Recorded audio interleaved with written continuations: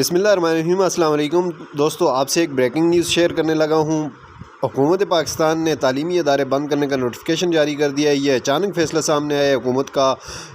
जैसा कि पहले कहा जा रहा था कि 50% हाज़िरी को यकीनी बनाया जाएगा, लेकिन अब जो है हुकूमत ने एक नया फ़ैसला किया है कि तमाम जो तालीमी इदारे हैं सरकारी, वो बंद कर दिए जाएंगे। कल से तालीमी इदारे बंद होंगे। ये इसका बाकायदा नोटिफिकेशन भी हो चुका है।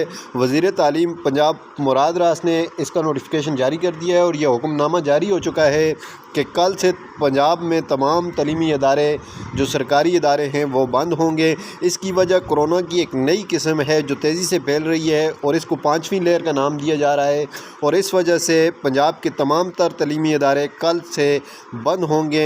ये अब तक की सबसे बड़ी ब्रेकिंग न्यूज़ थी इस हवाले से कि पिछले दिनों जो NCO का इजलास बग़ैर नतीजे का ख़त्म हुआ था, उन्होंने सूबों को अख्तियार दिया था।